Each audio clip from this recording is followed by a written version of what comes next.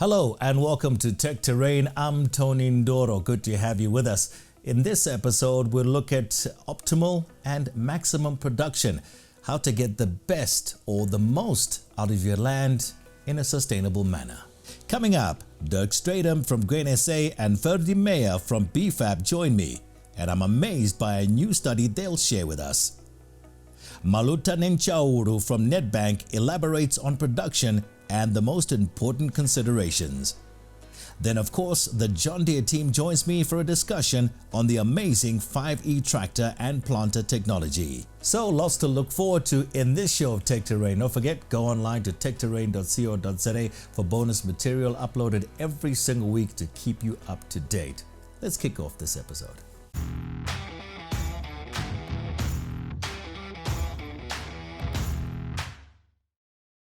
So, as I promised, I've got two gentlemen here to talk to us about a fantastic study that has been carried out at the present moment. It's called the Data Intensive Farm Management. It's a study being carried out in South Africa.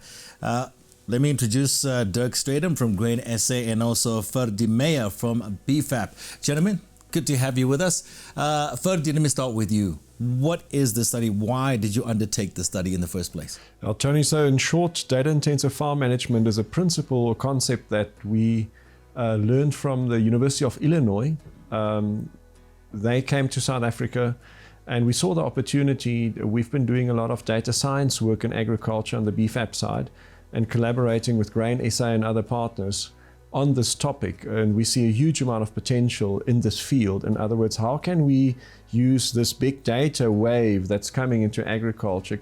How can you really apply it in your day-to-day management practices and really to optimize your business decisions? And that's what data-intensive farm management does. The principle is you use technology of planters and tractors, capture that data, and actually to fast track some of the trials that took us years, where we only looked at small little strips of maybe 10 meters, and we had to repeat those trials over and over again, and then you maybe have 30 observations and 50 observations. Now suddenly with technology, we can have thousands of observations. Our trial plots can maybe be 100 hectares large, and we can get so many more observations and to understand relationships. Sounds fantastic. Now, Dirk, if I can come to you, what role does Grain SA play in this particular study? Are there other players involved from South Africa? Yeah, we are a whole consortium of players that's involved. It's the University of Illinois that started with the project, and then we've got BFAP that's part of it that Ferdi is involved in, the University of Pretoria, the Protein Research Foundation, and then ourselves, Grain SA, that's involved. And for us as producers, it's very important to get these answers to make sure that we're as efficient as possible at the optimal point in terms of efficiency, because that's important for us in order to keep being sustainable and to be in future in terms of production that we need to do efficiency and get that optimal profitable points. Are your producers, the ones you represent as Grain SA, are they receptive to all of the new technology, to maybe some of the data that will come out of this particular study? Basically, are they receptive to a new way of doing things? Yeah, it's an interesting question. We had the guys from Illinois University assisting us, and they came and visit the farmers here, and they were surprised in terms of how these farmers adopt technology and how technology advanced they already are. So they was quite surprised. So to answer you, definitely, the local producers, we don't have subsidies or assistance in terms of that. So for us, it's all about efficiency. You need to be on the top point of efficiency. So definitely, South African producers are on the top point of in terms of that, and they're adopting it because they want that efficiency and they want to utilize the data that they can get out of their equipment. That's fantastic to hear. Now, Ferdi, talk to us a bit about what you've learned so far. The study is still ongoing, yes? Yeah, Tony, we're getting in the results now. So we looked at those yield maps. So just in short, it's what we do is you design a trial. Let's say the field is 80 hectares large or 50 hectares in size, and you plot out strips, let's say a 60-meter stretch where a planter plants a certain density, planting density, let's say soybeans, and we want to understand, what's the optimal planting density? Is it 300,000 plants per hectare, 200,000, 500,000? So what the planter does, it passes the field and it adjusts the seeding rate. And now we have a plot of 60 meters and then it switches. And then we have another plot of 60 meters, and it does this over 50 hectares. Yeah. And now the combine comes and it harvests it and it gives the yield data. And then you overlay your yield data with those planting density data. And you start to build a model. It's like a regression. So now you have observations where your yield is your Y variable and your dependent and your independent variable are your seeding rates. And you can change those. Those are your X's. And now you start to get a relationship and you understand where's the optimal seeding density. Yeah. And optimal, then also you calculate what the marginal increases in yields are versus the marginal increases in costs. We do the same for fertilizer. Those planters can adjust the seeding or the application of nitrogen. And you can put down 200 kilograms or 150 kilograms of your planting fertilizer, and you can adjust those rates. And based on those adjustments, you can see what's the optimal rate, how much, beyond a certain level, it doesn't make sense, economic sense anymore to plant, to apply more fertilizer. Yeah. So the idea is really to roll these, to understand it from the pilot, and then as Dirk was explaining, expand the study.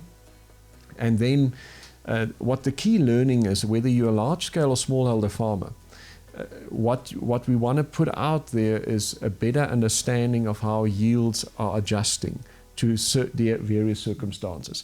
And you can do it spatially into the country. So we're running these two trials in Mpumalanga and in Henneman in Free State, but you can run it in the Eastern Cape, Natal, and you can overlay different climatic zones, for example. So you can really move beyond these trial areas. I can understand what you're saying from an economic perspective, how we can enhance how one farms at the end of the day. But what about from a sustainability point of view? So I think in terms of the sustainability, it boils back to what we say is, where do I get my optimal profits in terms of what I'm doing? So you can target a very high yield and you can achieve a very high yield, but is it the economic yield? And I think that's the biggest thing that this study assists with, to say maybe it's not the top yield, but a little bit of a lower yield, but it gives you your optimal profits.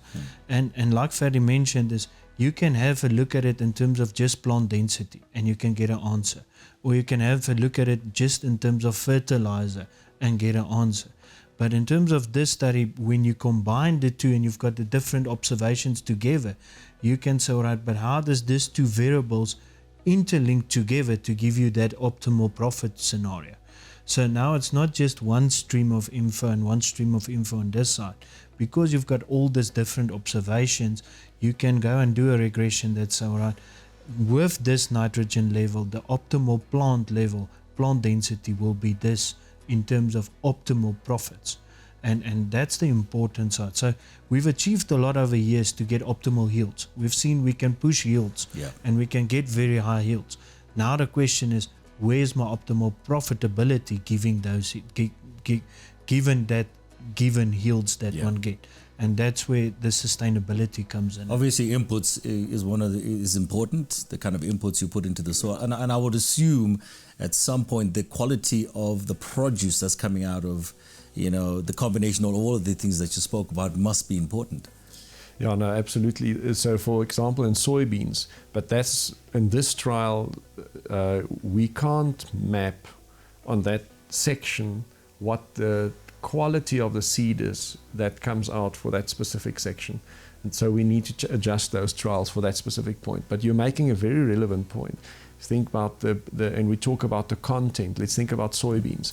And the Protein Research Foundation is also part of this consortium, doing a huge amount of research work in understanding what the content of a bean is, protein content versus oil. And if the better we can get the content, the understanding of which fields, which areas produce which content, and the quality, like you're referring to, the better we can get the consistent quality into the crushing plants.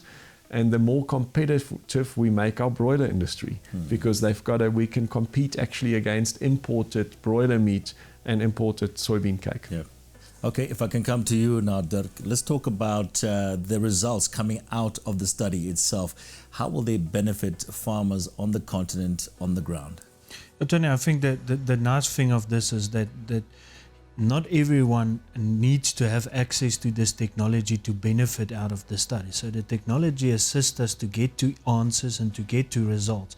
And the moment you've got that, you can apply it to everyone because it gives you a bit of a universal answer. The thing that needs to boil from that is that every scenario differs within agriculture. So that means you're going to need to enroll it out to different pilot studies all over to get the conditions of that area and to boil that down back to it. But any producer is going to benefit at the end of the day out of it because the results is not technological meaning dependent on that. You've got a right to say in this conditions this seeding rate with this nitrogen works best, and then you can go apply it with normality in the process. So technology helps us to get quicker to answers, and the answers is for everyone. It's just the conditions that change for everything. So you need to roll it out to get to the specific conditions. But all farmers benefit out of it, and one learn out of all this different. It's a continuous learning process. Yeah. So it's not a study that you do once and you get the answers. It's going to be a continuous thing, and we're constantly going to communicate it. The academics are going to write the papers out of it for the academic purposes. From an industry point of view, we're going to write popular articles, getting it out to the producers, explaining what the benefits are and how you need to look at your operations in these terms. Okay, and Ferdi, just lastly now, what's the end game here? Once you finished your 2 studies in South Africa, are you planning to go, different climates throughout the continent? Of course, we know it differs in certain parts of the continent. Do you have a plan to do that and also share some of that knowledge with farmers on the continent? Yeah. No, definitely, Tony. The interesting part is the University of Illinois actually runs trials already in South America. If I'm correct, it's Brazil, Argentina, and I think some other countries in South America as well. So I think it would be interesting to start benchmarking and to see, what do we learn from the different climatic zones and regions across the world, continental, or in other continents. Yeah. So definitely, I think the idea is to expand. It obviously depends on funding, so getting financial support for this type of work, and it can really be repeated. We're currently doing it for maize and soybeans. Can be done for other plants as well. So I think we see it as a beginning of some nice data-intensive and big data type of work that one can do to really assist the farming. You're excited about this, Dirk? Yeah, we're very excited about. We're always excited about getting new answers to our problems. So very excited. Yeah. All right, fantastic stuff. It's amazing. We hope to get more results from this study, gentlemen. Thank you so much for coming through to Take Terrain. Well, there you have it. This new study is currently still taking place in South Africa. They're hoping to move it through the rest of the continent and to other continents as well. And I'm sure it'll benefit all of us in Africa. Now, of course, every single farmer wants to be profitable. You want your entity, your business, your project to make money for you. But the question has to be, how can you achieve that sustainably? Here to talk to me about that from Nedbank is Maluta Netshaulu. Maluta, so simple question. How do I use my piece of land optimally? So historically, I think the way farmers used to produce, they used to aim for the highest yield, at all costs. I mean, perhaps they were competing in terms of, I've got the better yield than my neighbor, etc. But that didn't really translate to profits. When it comes to profits, you find that someone who was perhaps following the right procedures, doing the right things, like doing their soil preparations right, getting an agronomist in, do the soil test. If you do everything right, and you make sure that you have got all the programs in place in terms of planting program, know when to plant, know when to harvest, know when to do what to do in terms of crop rotation to keep your soil active and moisture content, etc., then that should be able to assist you to make sure that you are much more sustainable than someone who is just chasing yields. Okay, so we've gotten to that particular stage. What should one do post-harvest? So after you've delivered your crop, whatever crop it is, to the market, then you need to decide what you're going to do with the land. Oftentimes, people will put in livestock to feed on the crop rest, if it's grains. Or sometimes people will put in winter crops, which is like oats and rice and wheat and all those things that can be able to assist them with additional income while they wait for another season to plant their grains. Others will put cover crops like pastures, for example, that they can then use to feed their livestock. So in order to, I think, to deal with pests and disease and all those other things, crop rotation assists in order to, if I can put it in a, I think, interesting ways, to confuse the pests so that they don't get used to the same crop, because then they build tolerance to that type of crop, and then you can have, if you keep putting the same crop over and over, then you can have quite a big problem. But if you rotate, then it sort of assists to deal as a natural, I think. And obviously the buzz term right now is conservation agriculture, isn't it? Yes. And this is what you're talking about. Yeah, I think along those lines. But conservation agriculture is quite broad. So by conservation agriculture or sustainable agriculture is applying principles that assist in order to sustain the sector or your operation, in terms of starting with the soil, with how you treat your food or produce loss, how you apply your fertilizer, and the type of fertilizer you apply. Is it chemicals or is it biological fertilizers, like, for example, chicken manure or other things that come from other natural sources? So that's when you then start to talk about conservation agriculture. It's also about using the water in the most efficient way possible. Previously, they used to flood the lands with water, which is quite wasteful.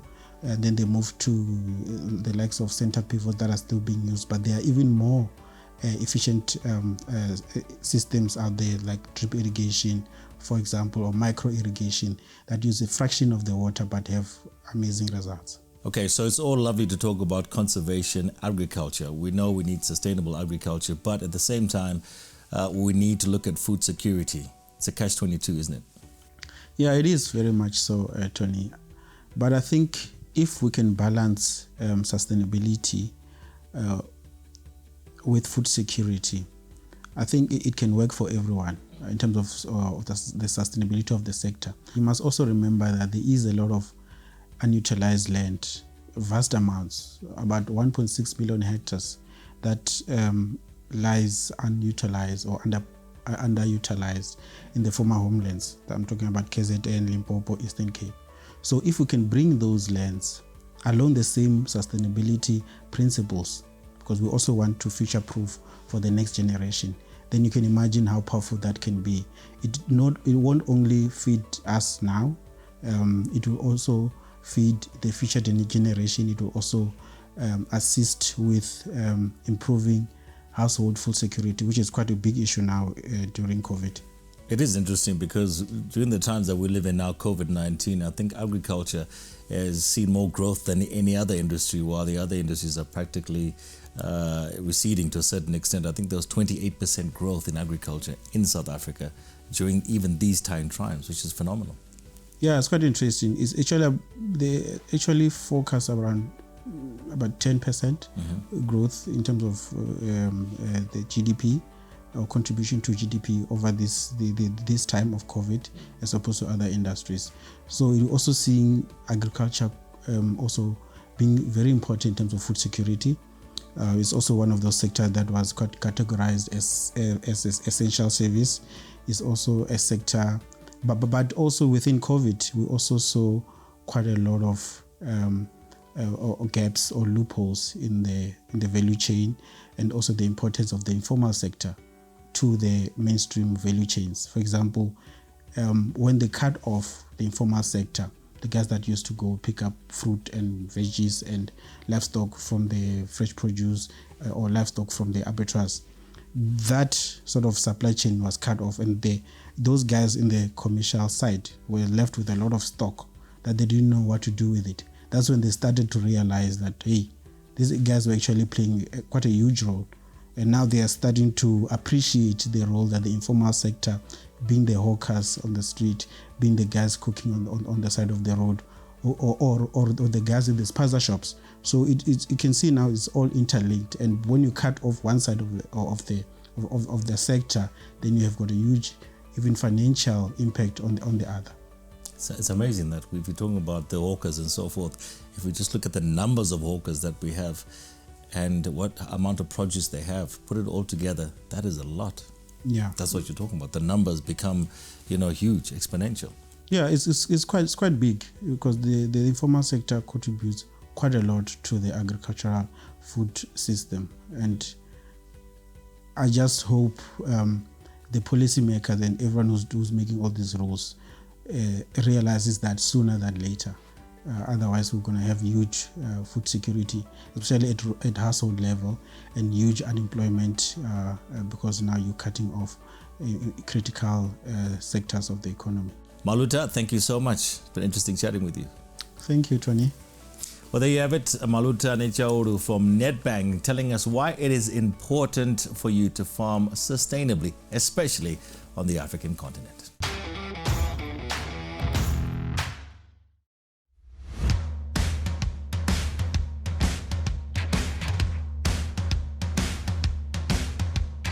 The 5D series, new to our portfolio in Sub-Saharan Africa.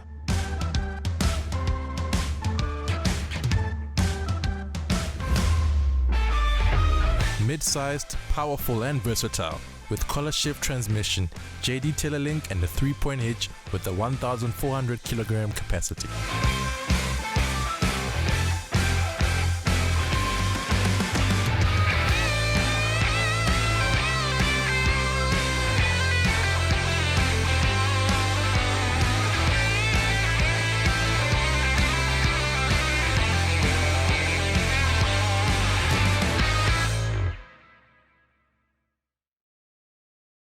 Well, now it's time to talk about what is arguably the most popular tractor on the African continent. And of course, it is from John Deere, and that is the 5E. To talk to me about that is Jaco Beyers, and also Jean Elloh joins me again here on Tech Terrain. Gentlemen, good to have you with us. So, Jaco, let me start with you. Why is this the most popular tractor on the continent? Thank you, Tony. The 5E we've sold for the last 10 years, more than 16,000 of those units across East Africa, West Africa and Southern Africa. What's interesting is 60% of it was in the 75 horsepower bracket, and then we go a little bit lower into the 20% on 65 horsepower and 55. Interesting actually is we do have smaller models, smaller ranges, and I refer there to the 5D and actually a 3B as well. You know, we understand there's different customer segments and different customer needs, but we'll share more of that in our bonus pack material. I want to come back to the 5E, the customer with the best customer satisfaction across all John Deere products, as well as the lowest warranty. What does that mean? It's a tractor tried and tested on this continent, reliable from a small farmer, contractor, and at large producer. Basically helping us agriculture get to the next level on the continent. Jean, I want to come to you. Why is this tractor very popular with farmers on the continent? Tony, as someone in the field and also very close to the farmers, the feedback I get from the farmers is that this tractor that we're talking about, the John Deere 5E tractor, is very robust. It's built to withstand all terrains. So whether you find yourself in Kenya or in Nigeria or in Senegal or in Mali, this tractor is able to withstand the weather conditions of those areas. Beyond that, Tony, is the fact that this machine comes in with various specs. Jaco touched on the horsepower range. So we start from 55 horsepower all the way to 75.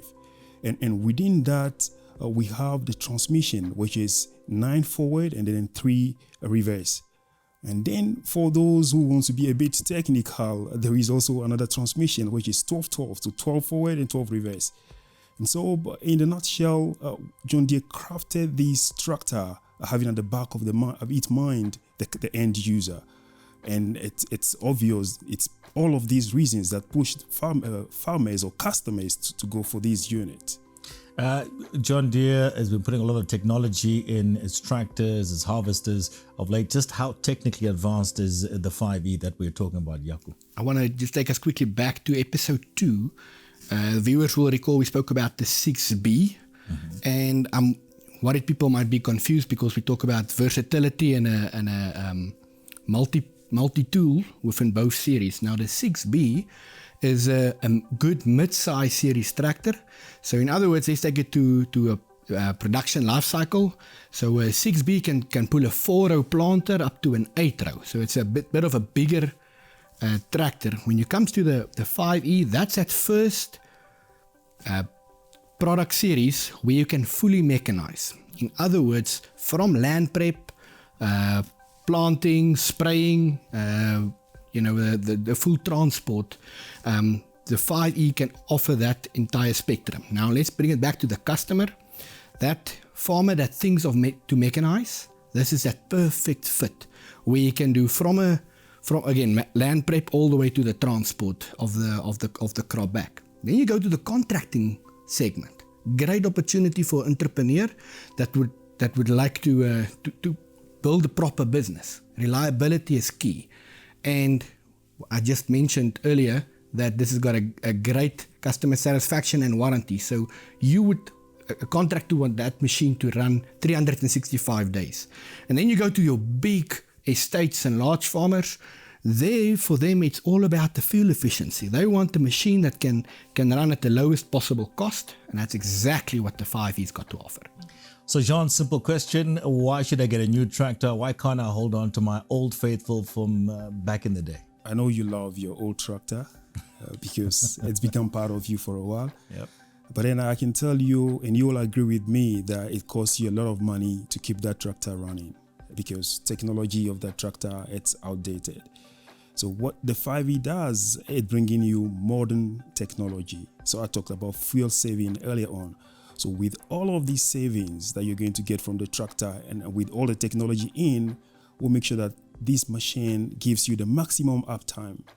Beyond that, with the frugal telematics that I also mentioned earlier on, all combined with this new tractor will help you with all the savings to be able to pay for this tractor within the shortest period of time. And so you have all the reason, to leave your old machine that you love so much and go for the 5E, which obviously it's a very robust tractor, Tony. So, Jean, can you also expand to me on the technology front as well? And also talk to me about service throughout the rest of the continent for the 5E. On technology, Jaco touched on fuel efficiency. And then when you come to us as John Deere, we believe technology means different things to different people in the various customer segments that we deal with. So I'm going to touch on a few respective to the customers that we deal with. Specific to fuel efficiency, this 5E tractor is built with a lubrication system which sprays oil to cool the machine at all time. And what that does is that it ensures that the machine is able to run smoothly with the minimum amount of fuel. Now, beyond that, Tony, is also the fact that this unit comes with what we call AutoTrack Universal 300 technology. And that enables the machine, this 5E, to be able to run, and also keep in memory the areas that it has passed. And what that does is it helps to reduce fuel, also increase uptime. In addition to that, Tony, is that we have what we call the JD Telelink.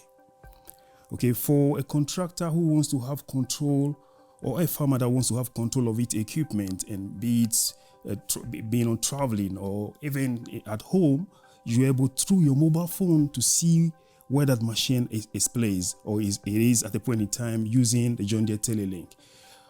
Now come to your question on service. John Deere today has a number of touch points across the whole of Africa. Just to give you a rough idea, we have over 188 touch points. These are places where anybody owning the 5V can just take his tractor there or call any of the dealers. The dealer is able to go there and then provide that after-sales service. And Jaco mentioned about warranty. And so for that machine, in terms of warranty claims, it's one of the lowest. Like I mentioned earlier on when I spoke to you, this machine is built to withstand the weather conditions on the continent, so it hardly breaks. Fantastic stuff, Jean and Jaco. Thank you so much for giving us more details about the 5E, which is arguably the most popular tractor on the continent. But I want to stay with the theme of the African continent and also maximizing yield. And right now go to Kenya, where I've got Janalize van Buuren who's standing by. And Janalize, good to have you with us. Our first question to you has got to be: the benefits of a good planter are often underestimated on the continent. Am I correct to say that? Tony, yes, but equally important, specifically to the continent of Africa, the benefits are also not always known, and how mechanization and precision planting can help optimize yields. Now, what are these benefits that we are talking about? That can be things like the ability to optimize the planting window, to ensure that you get your seed into the ground in that specific planting window. Also to fully take advantage of the moist content still in that planting window, which is very important for your seed germination. We need to keep in mind that not all farmers on the continent have access to planters, and that is sometimes very difficult for them to stay within that planting window, and that can have a huge effect on their yield. With our planters, we have simultaneous seed and fertilizer placement, and that is also a huge cost and a time saving to the customer. The position of our fertilizer placement to the seed is next to the seed, so that the fertilizer doesn't burn the seed during the germination period. Also with our planters, with the accurate seed placement, we have less skips, which help enhance your yield, and also less doubles and seed wastage, which is another cost saving to the farmer.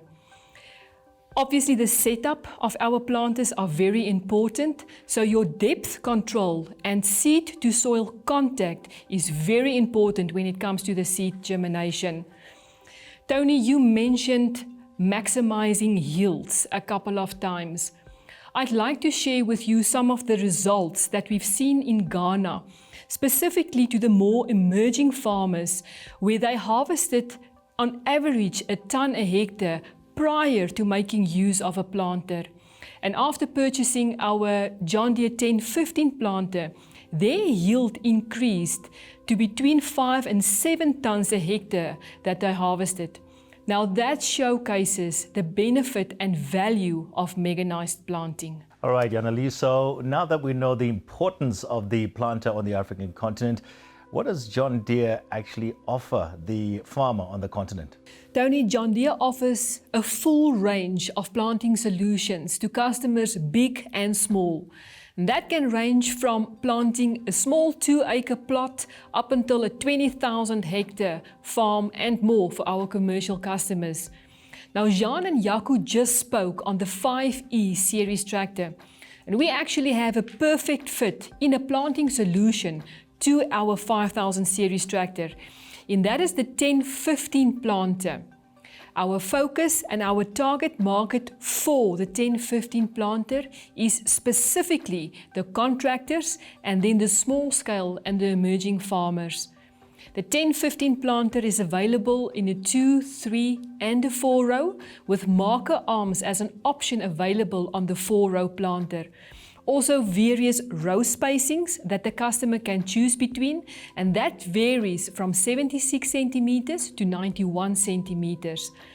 When it comes to the seed placement, the farmer has the option to choose between the very popular finger planter or the seed plate option, and we can plant various crops with our 1015 planter. Tony, for us in John Deere, we believe in the big farmer and we believe in the small farmer. And with planters, big or small, we offer technology to help increase yields. All right, Janalize, thank you so much for speaking with us. So there it is. You need a turnkey solution from John Deere if you want to maximize your yield. That's the right way to go.